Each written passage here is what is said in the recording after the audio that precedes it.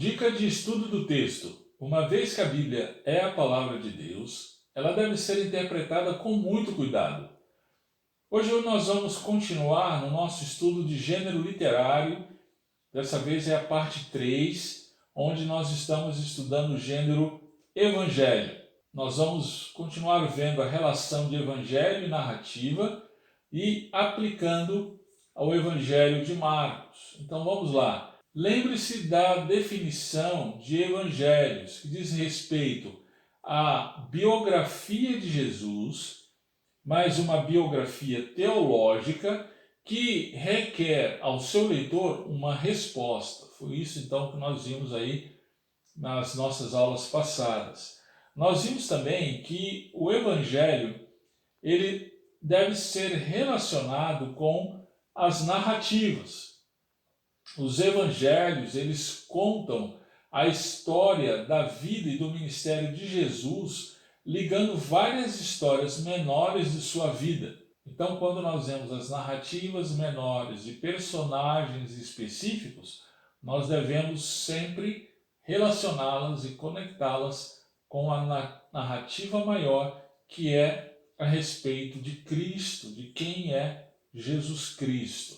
Muito bem. Pensando nisso, então hoje nós vamos ver mais especificamente do que se trata a narrativa, quais são suas características e como nós devemos interpretá-la, ok?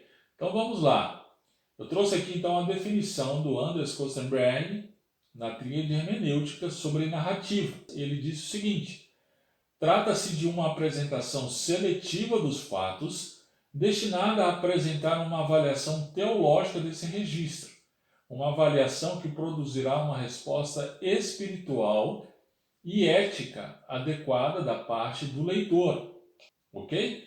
Então, o autor do Evangelho, ele traz uma seleção dos fatos históricos ocorridos no tempo de Jesus para nos levar a uma resposta teológica em relação àquele registro.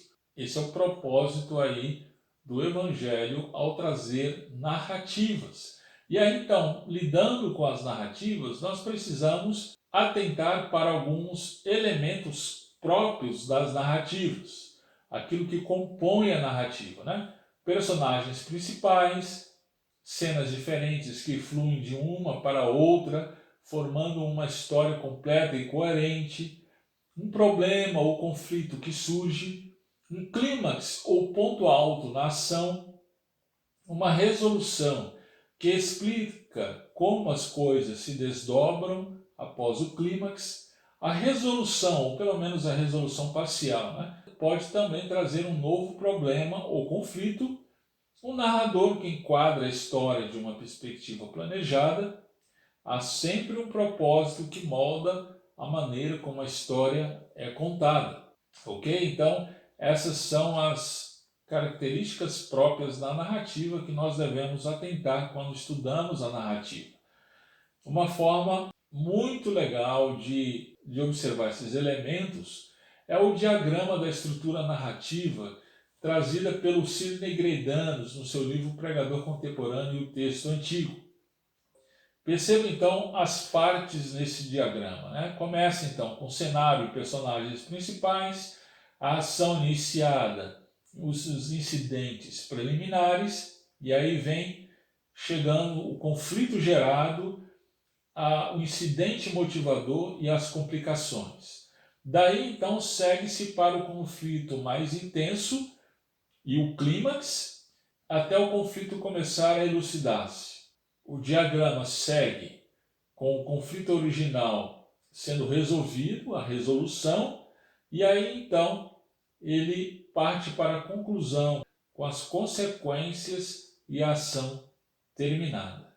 Ok? Isso seria então o diagrama da estrutura narrativa. A gente pode usar isso aqui para entender a mensagem que o texto está querendo nos trazer. Vamos aplicá-lo então ao texto que nós trabalhamos hoje no Evangelho de Marcos, ok? O capítulo 3, vamos ver a terceira narrativa, o capítulo 3, verso 1 até o verso 6. Perceba aquela primeira parte ali do diagrama que corresponde ao verso 1 e verso 2, não é? Cenário, a sinagoga, a ação iniciada, não é? O homem com a mão mirrada, a mão ressequida ou paralisada, né? E os religiosos observando Jesus para ter o que o acusar, né? Então, está aqui a primeira parte da narrativa. A sequência é o verso 3 até o verso 5, que diz respeito ao conflito mais intenso, né? Quando Jesus então faz a pergunta aos fariseus, que é o clímax então da narrativa. E aí o verso 6, que é o conflito sendo resolvido e as consequências, né, daquilo. Então, o final, a consequência é que aqueles homens eles se reúnem para planejar o assassinato de Jesus. Então, esse diagrama de Grey-Danos nos ajuda a entender a intenção de Marcos ao contar essa narrativa, não é? Nos conectando as duas narrativas anteriores quanto à questão do jejum e à questão do sábado. Espero que tenha sido útil para você. Na próxima semana nós continuaremos então nas nossas dicas de estudo do texto. Até lá!